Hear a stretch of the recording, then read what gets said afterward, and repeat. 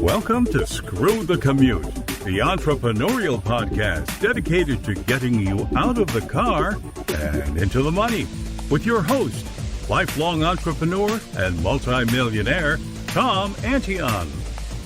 Hey everybody, it's Tom here with episode 387 of Screw the Commute podcast. I'm here with Ben Sklivas. And I wanted this guy on because many of us suffer from, well, I'd say the shiny object syndrome, and we're all over the place as if we had ADHD. Well, he does have ADHD, and he has turned it into a superpower. And I thought it'd be a great example of how you can turn something that everybody considers bad into something really, really good. So he's going to be very inspirational for you. Hope you didn't miss episode 386. That was Becca and Ruthie. Well, I'll tell you what, these entrepreneurial sisters have a podcast called Business Talk Sister Gawk, Gawk, and they're just cute and fun and funny. And they give everybody a nickname. They called me Hamboyant instead of, I guess, a ham that's flamboyant. I don't know what they meant by that, but that's what they gave me. So how would you like to hear your own voice here on Screw the Commute? Well, if the show has helped you out at all in your business or given you an idea to help you start a business, we want to hear about it. Visit screwthecommute.com and look for a little blue sidebar that says send a voicemail. Click on it, talk into your phone or computer, and tell me how the show has helped you. And also put your website in there so I can give you a big shout out in your own voice on a future episode of Screw the Commute. Now, while you're over there, pick up a copy of our podcast app. It's screwthecommute.com/app. That's APP. You can put us on your cell phone and tablet, take us with you on the road. We got complete training on how to use it.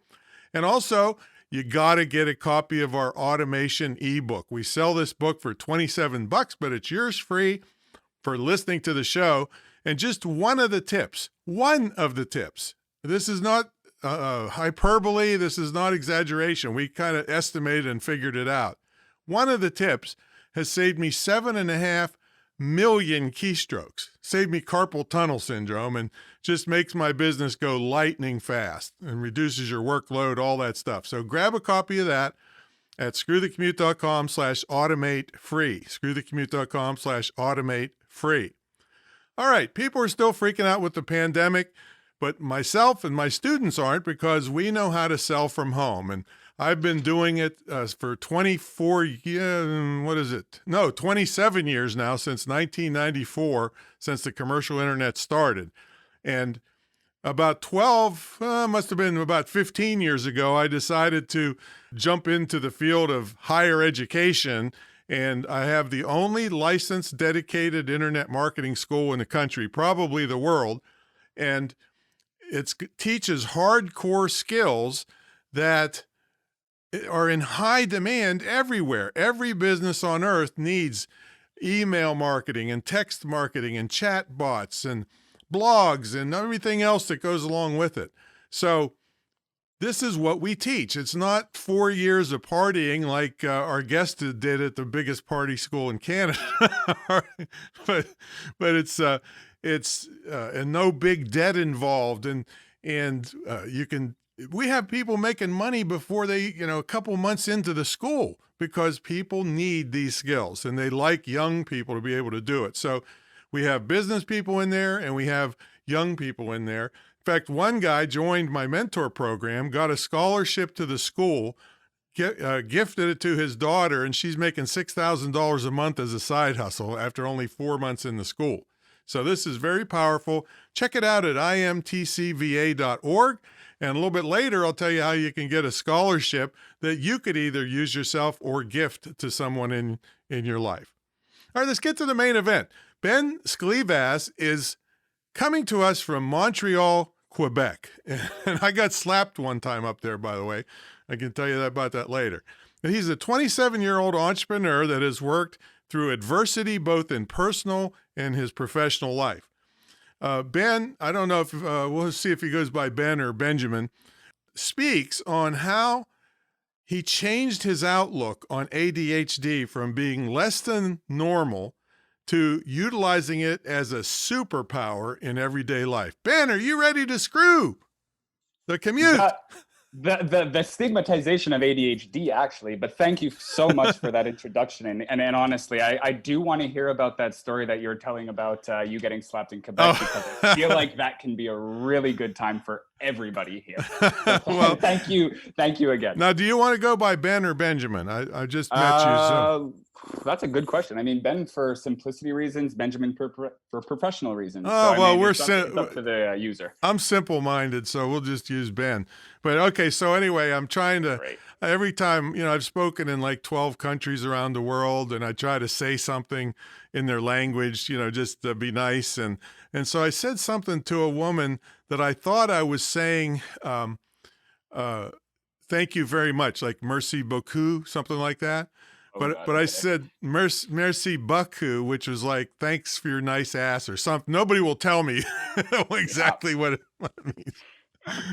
Oh, the stories. So that's what happened.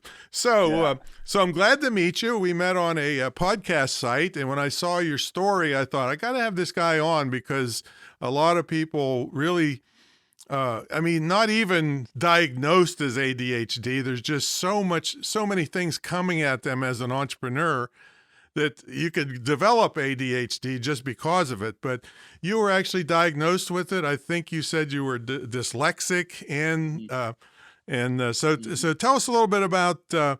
And this one part really kind of hit me. You were the dumb, illiterate, hyper, inattentive, distracted one of the group. Mm-hmm.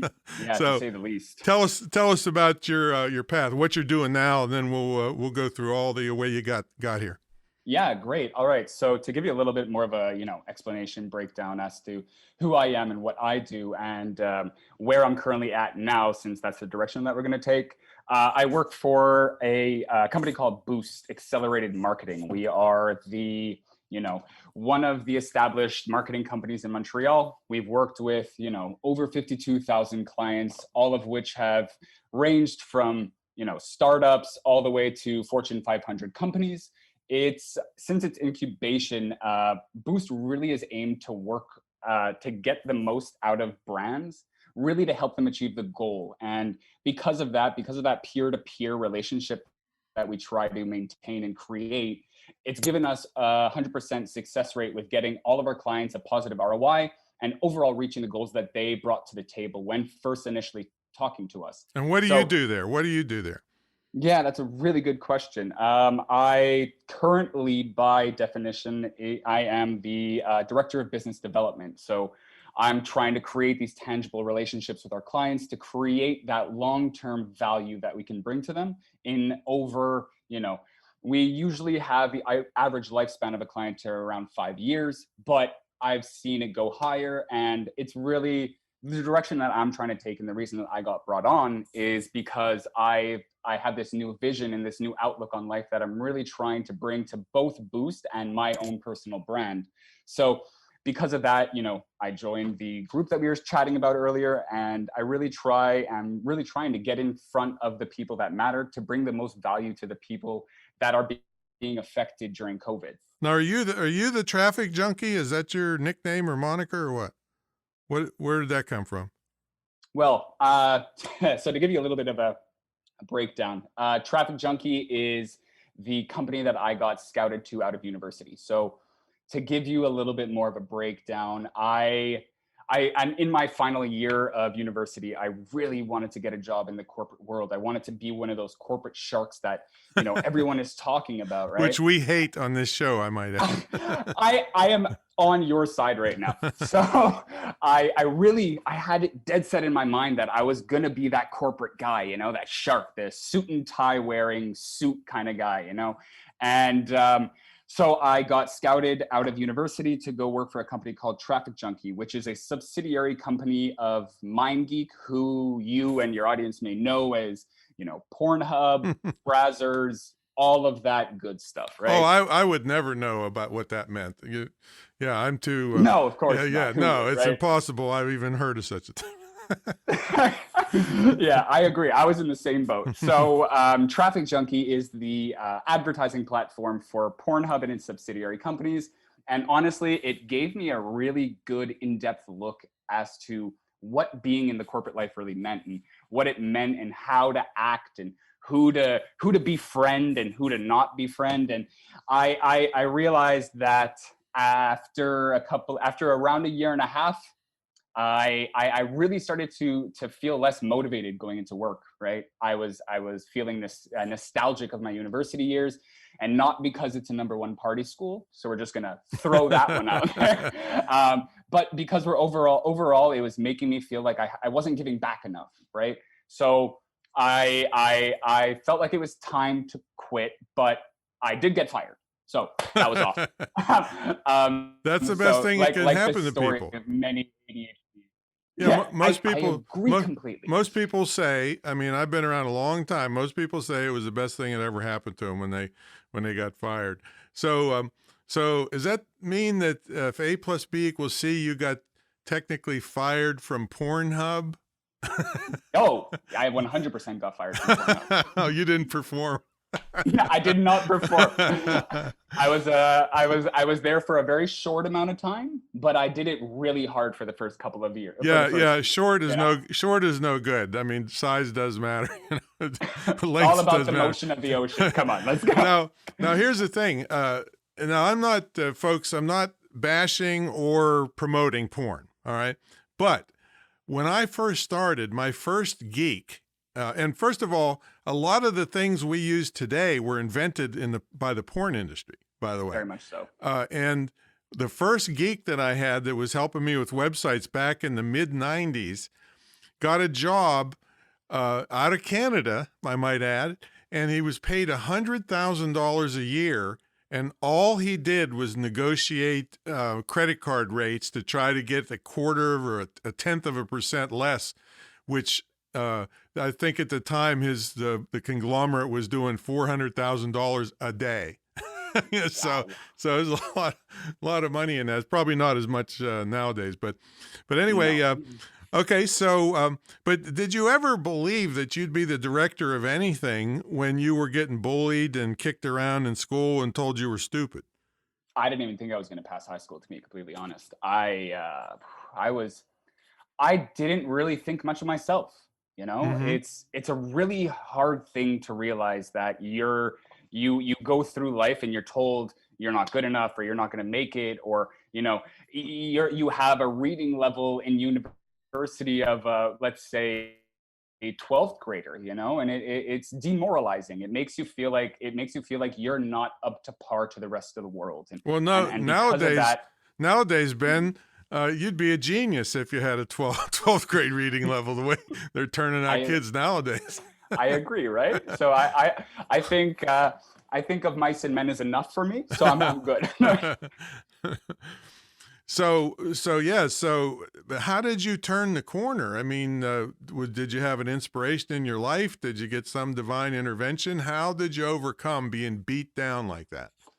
I think it was the fact that when I went to university, I had a year prior to university, I had visited and lived in France, and I was alone on my own to my thoughts, to my ideas, and you know, a couple of months to a year later, my mom calls me, right, and she says, "Ben, like what's happening?" Right. So my trip was supposed to be 3 months, and I was there for way longer. I was enjoying myself way too much. So she calls me and she says, "I want you back. You haven't finished anything other than high school." And I start pondering and I start thinking of French class in high school. And I said, "Oh man, I was always so fond of my French teacher. So many stories that he gave, you know, about university and about having fun and the friends you make and the networks, right?" And he went to St. FX. So St. FX is a very small knit community of students in Nova Scotia, a small remote community called Antigonish. And I was thinking, and I decided that it was time for me to go to university, right? And I had all this time on my own. And as I go to university, I realize this is a lot harder than high school. This is we are no longer in the realm of easy, right? And high school was difficult for me, like beyond difficult. I was scraping by on 60s, right? And so I finally get into marketing, and I start experiencing what it's like to actually test myself and push myself to limits that I've never reached. And So I tried here and there. I started some startups with some friends, marketing firms, working around with locals, and really creating a little bit of a black book of, quote unquote clientele in a town of 3,000 people. So I look at myself and I see myself after second year, and I'm on the verge of breaking down for the 100th time. And I decide that now is a make or break moment. And I decided that I was going to give it my all, stop partying as much, and really go deep into who I was and really what motivates me to be the person that I am. And I think that was the reason, that was the moment in time where I started realizing the importance of self-worth and really pushing yourself and trying to test those limits and trying to break through the barriers of all of the, I'm going to call it PTSD of comments and bullying in high school and elementary school. So I think that because of that, it really shaped me and really pushed me to be the person that I was. And I understand there's been quite a few dark moments. I mean, I was reading about you that you actually cried yourself to sleep over some of this sometimes. Yeah, of course. How could you not? When you feel like you're not worth anybody's time, or you're not worth a job, or you feel like you're literally going nowhere in life. You're looking at yourself and you're crying because you try so hard to make these things happen. And I remember so vividly when like a couple of stories. For example, I was studying for my last exam, right? And I know my faults, and I realize how bad I am at written exams. I suck. I'm going to be completely transparent about it. You're dyslexic, And right? so, yeah, very much so. Mm-hmm. And I can say that now with confidence, Mm-hmm. And so I would have, 65, 70 on a good day in written exams. But I had a class in marketing that was 100% weighted on presentation. And I absolutely killed it. So me and my group had a 98 at the end of the year just because of this one presentation that we made. So I realized that it's not that I'm bad or I'm different, or all of the different words and things that you can describe for people with ADHD. It's just that I learned differently. I am different, and it's not that I'm bad at everything. It's just that I'm very good at other things. So I've always had issues trying to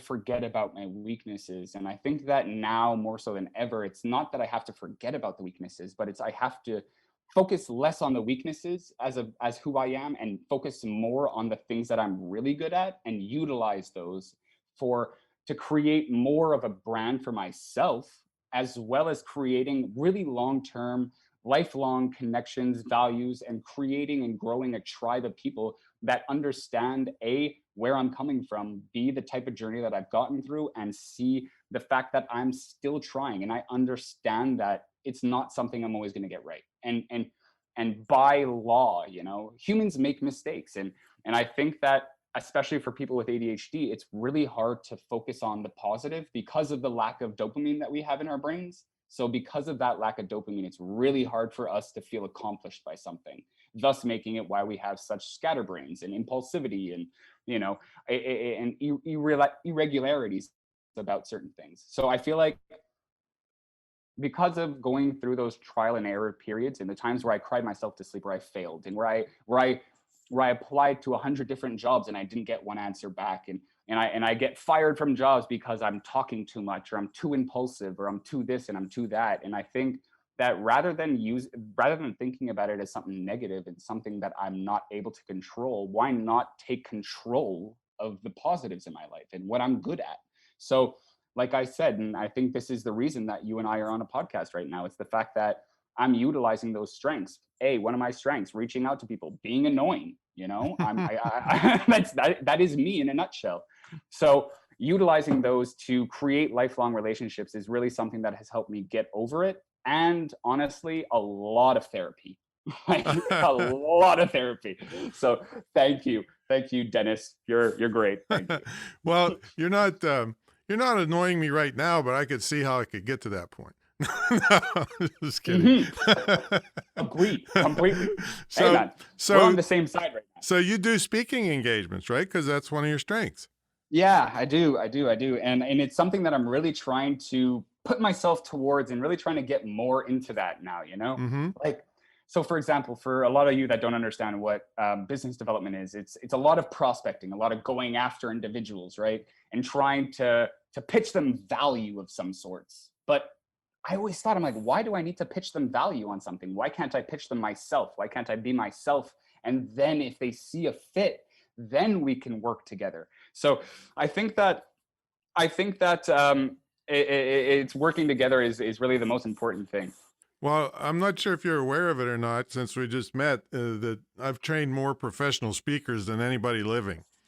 so, Mm. so, And it's something I have experience with. So, for example, I was in this class called branding, right? It's mm-hmm. BSAD 551 or something ridiculous, a number like that, right? And so my professor knew about my ADHD, and he was teaching at a high school for kids with ADHD, which is literally where I went to school. I went to school in one of those types, you know, Mm-hmm. Centennial Academy, like for ADHD and dyslexic kids. And I, as soon as he told me that he wanted me to speak at that school, I instantaneously broke down. Yeah, Mm. I don't even know why. I just Right, started bawling, right. and I said, this is an opportunity. This is a time where I can help kids get get past what they're feeling right now, because I went through it, and I would do anything to make somebody feel like they're not alone, you know? Mm-hmm. And so I think that's the direction I want to take right now, is really speaking more and discussing more and really having these quote unquote person to person conversations where I can express who I am, what I am, who I'm helping, and how I'm helping them, rather than me just copy pasting the same paragraph so you can send it in a note in a LinkedIn message and just, switch out a couple of words. I feel like it's a lot more beneficial. That's beautiful, beautiful. So we got to take a brief sponsor break. When we come back, we'll ask Ben how what a typical day looks like for him and how he stays motivated. So, folks, about 22 years ago, I kind of turned the internet marketing guru world on its head, and the guys at my level were charging 50 or 100,000 bucks to teach what they knew. And I knew a lot of these people. You give them that kind of money, they'd be hiding out in Quebec, to never help you. So I kind of made them all mad in that I started charging an entry fee that was like 10 times smaller, and then my success was tied to their success. So they loved that because they knew I wouldn't disappear on them. And for me to get my 50,000, they had to make 200,000. Well, 1,700 students plus later, it's still going strong after 20 some years. And it's extremely unique in that you have an immersion weekend at the Great Internet Marketing Retreat Center in Virginia Beach. You shoot videos in my TV studio. You get a scholarship to the school I told you about earlier, which you can either use yourself for extra training, or it would be the best legacy gift you could ever give to a young person in your life. And it's all one-on-one. We don't do any group training because, if you're in a group, the people, the advanced people are bored and the beginners are lost. So no, we can't make good progress that way. So it's all one-on-one. We'll even take over your screen, show you where to click, where not to click. And it's been the most successful, longest running, most unique program ever in this field. So check it out at greatinternetmarketingtraining.com. And again, you get a scholarship to the school if you're in my mentor program. So check it out and give me a call. All right, let's get back to the main event. Ben Sklivas is here from Montreal, Canada. He's a 27-year-old guy that's overcome a perceived deficiency and turned it into a superpower. So Ben, what's a typical day look like for you? Oh God, I am overtly, especially in the morning, and you can ask any one of my friends. I have copy pasted the same schedule for the last, I would say, 5 years now. So like minute by minute, I'm up at 6 o'clock in the morning, right? And I'm up at 6 o'clock in the morning, and as soon as I wake up, I make breakfast, I journal in my plethora of journals, right? And after that, I do yoga, and then I meditate. And then once I'm done my meditation, I do my affirmations, my gratitude journal, and then I get grinding. And I work from 9 to whenever the date is. So whenever the time is during the day that I feel like I've done enough to finally say, okay, today, now I'm done. Now I can have a glass of wine, and then we can move forward. So no matter what time you go to bed, you still get up sharp at 6. Every single day. Every single Okay. day. And honestly, I wish it was different, but at this point in time, even without an alarm, I'm still up at the crack of dawn. So I feel like, if anything, it makes me feel like I'm doing a lot more, right? I'm a big morning person. Mm-hmm. So I really strive in the morning comparatively to nighttime, where I've been a bartender and I've been a waiter and so on and so forth. But, at this point in time, 11:30, 12, I'm KO'd, done, in bed, ready. So that's pretty interesting. Is it exactly the same every day? You're the first person in all these episodes that said that. I mean, many people, and it's big nowadays, having a morning routine, quote, but you really have a routine. That's for sure. Yeah, but that's because a lot of people, so in case you didn't know, a lot of people with ADHD tend to work a lot better when they're scheduled. So not only time blocking, but allocating time towards the things that matter. So like a lot of people, it's when you're scheduled, it makes you accountable for your actions. And I find accountability one of the biggest things for me, because when you're accountable, it means that you're liable for something that you don't do, or you're praised for the things that you do. So I think that the routine that I have is really a lot of positive in my life, but at the same time, I know it's a little bit excessive. I get it. Okay. So what happens if you get a dog? Oh my God. So the really funny thing about that is that my ex-girlfriend really wanted a dog, man. And I was ready, but I have a cat named Rocky, and he is more than enough for me right now, especially with his consistent meowing. So I'm sorry if you hear a little backdrop of this little bugger, but no, we like animals on this show. I rescue animals, and I have 2 German Shepherds looking at me right now. That's what I did. I got Rocky. It was a serendipitous moment, I would like to say. And it was really, I was looking for, I have a therapy animal. So Rocky's a therapy cat. Well, also, wow, the Rocky can go to the bathroom in a litter box and doesn't have to get let out to mess up your routine. Exactly. But you wouldn't even understand the kind of annoyance that comes from this cat when I'm trying to meditate. It's like, try focusing on doing nothing when you have a cat begging for food. God. Yeah. Oh boy. I wouldn't think any other thing about it, though. I would never go about it. No regret. So how do you stay motivated? Well, honestly, as of recently, starting 2021 is when I really got the motivation that I needed. And so, like I told you, I got fired from Pornhub. And I think you're also the only guest that could claim that. Yeah. I'm going to be honest. I was distracted. I didn't know where I wanted to go. So I got fired from Pornhub, and I got fired quick, and and from there, I felt lost. Like, I felt unmotivated by any thought of work in general, right? Overall, I was sinking, and I had no life jacket for somebody to bring me back. And then, I realized I had to change. So that was a catalyst to bringing me forward. And so I got back, I got back to doing what I was supposed to do. And I felt like there was a plethora of things that were just weighing on me, and so much guilt for not being in what I thought I was going to be in. So I was no longer in the corporate world, and I was hating myself for it, right? And I was in a rut. And Mark Elliott, the CEO of Boost, came and literally what felt like a lifeline was thrown to me. And because of that, I can say now that I'm a lot more motivated in my work, because I feel like I'm actually giving back. And like I said, 2021 is all about people helping people, right? And for me personally, I think that 2021 is about growing my network, growing the community, growing with people, and helping people that were in the same situation as me, that were lost, that were unmotivated, that didn't see the light at the end of the tunnel. And it took me a long time and a lot of inward thinking and inward perseverance, and really trying to get over the hurdles of what my weaknesses were and how I am supposed to not focus on these weaknesses and focus on the positive, because that is an issue with a lot of people with ADHD, is finding that motivation and finding that value that you can bring, right? Because everyone says, oh yeah, you're going places, right? But how are you supposed to believe what other people say when you don't feel any love for yourself or any type of motivation to even get out of bed, right?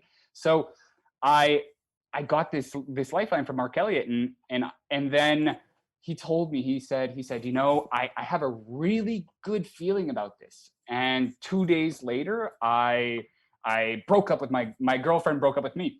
And I was in this pit, right? And so I was in this pit and I was talking to Mark Elliott and I was asking, what can I do? How can I do it? And I brought on a company that I didn't expect to be anything, right? So it's a random company, but I have an NDA, so I'm technically not allowed talking about it. But so I had company X, let's call it. And company X then turned into 5 days later, turned into the biggest company that Boost has ever had in their career. So not only was it my biggest sale, but it was the biggest sale of the company. So that really made me think, oh yeah, I'm going in the right direction. I think I'm doing what I'm supposed to do. And I didn't even sell him. I didn't pitch him. I didn't sell him. I just said, look, I have something that I would really like to talk to you about. I know that you do XYZ really well, and I really think that you're doing great for yourself. And honestly, I was just genuinely happy for him, genuinely proud of where he came and where he got the drive to get to where he was. And I started realizing the more genuine I am and the less copy paste I am, the more people will want to engage with me, the more people will want to talk to me, the more people will want to listen to what I have to say. Because I came from this place and I finished at Traffic Junkie thinking, I'm not good at what I do. That's the reason I got fired. That's the reason that I'm not going to be hired again. And then I closed this deal and everything changed. My outlook on life changed. I started engaging on LinkedIn. I started speaking more. I started going to summits more. I started reaching out to the Toms and to the and to the all around, to the podcast and to the speakers. And I have new goals that I want to set. And it's life changing. And honestly, it makes me wake up in the morning thinking that I actually can do it, because I'm going to be honest here. I've made a lot of mistakes and I've hit the shit hard. Like I've hit the ground. And I've been at points in my life where I feel like I was in such a rut, in such a hole, that I literally couldn't see outwards. And I think that because of the fact that I've hit the ground so many times, and because of the fact that I've messed up, Here, Rocky. there it is. He brought me his toy. That's great. Please, Rocky, not now. And so I really got to a point where I could say that I'm genuinely motivated by what I do, because I see it in my clients' eyes. I see it in the eyes of the people that I reach with, my community, my friends, my family, all of that. So I think that I'm at where I'm at in regards to motivation because of the work that I've put myself through and the emotions that I've felt. And really I started visualizing a lot more. I started visualizing myself positively. I started looking at myself positively. And it took a lot of work to get past the fact that I hated myself, right? Or I thought I hated myself, but in reality, I'm my biggest fan. I love hearing myself talk. I love doing this, and this. And I love it. And I love being honest about my faults and then being accountable for them as well. Well, thank God you didn't commit suicide, because, there's been a lot of that with young people lately, and probably went through some of the same things you did, and unfortunately went the other direction. But I got to tell on you a little bit here, folks. I know you aren't going to believe it. This is Ben's first podcast interview. Woo! Yay! He's not a virgin anymore. So thank God. So thanks so much for coming on, man. It's very inspiring. You did a great job, telling your story, and I'm sure it it's ringing a bell with a lot of people out there that have been knocked down and told that they're not any good, and how you climbed out of it is really great. And if we can boil this down to one really important thing, it seems to me that I could hypothesize that Pornhub can be motivating. I totally agree with you. It was the catalyst to bring me to where I was. So I don't like to say that things have. I don't like to think that things don't happen for a reason. Right? Exactly. I went to Pornhub thinking I was supposed to be corporate. I came out of Pornhub thinking corporate is definitely not the life for me. Exactly. I am not made to be a sheep. I am made to be a leader. So I really want to connect with as many people as possible. So reach out if you have, and really, tell people. Let's shoot shit, man. Tell people how to get a hold of you. Yeah, so LinkedIn. LinkedIn is really great. I'm on LinkedIn all the time. Clubhouse, if you have it, guys. Like, let's get on that.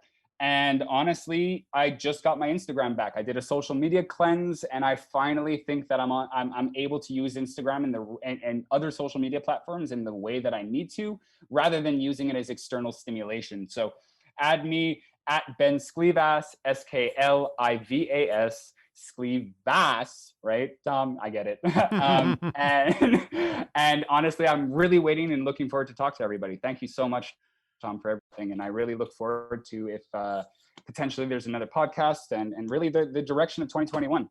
Awesome. Thanks for coming on, man. So everybody, really, it was very inspiring hearing his story. That's why I wanted him to have to be on here to let you know at the darkest days there's sunshine if you keep after it and work hard, keep going after it. All right, everybody, we'll catch y'all in the next episode. See you later.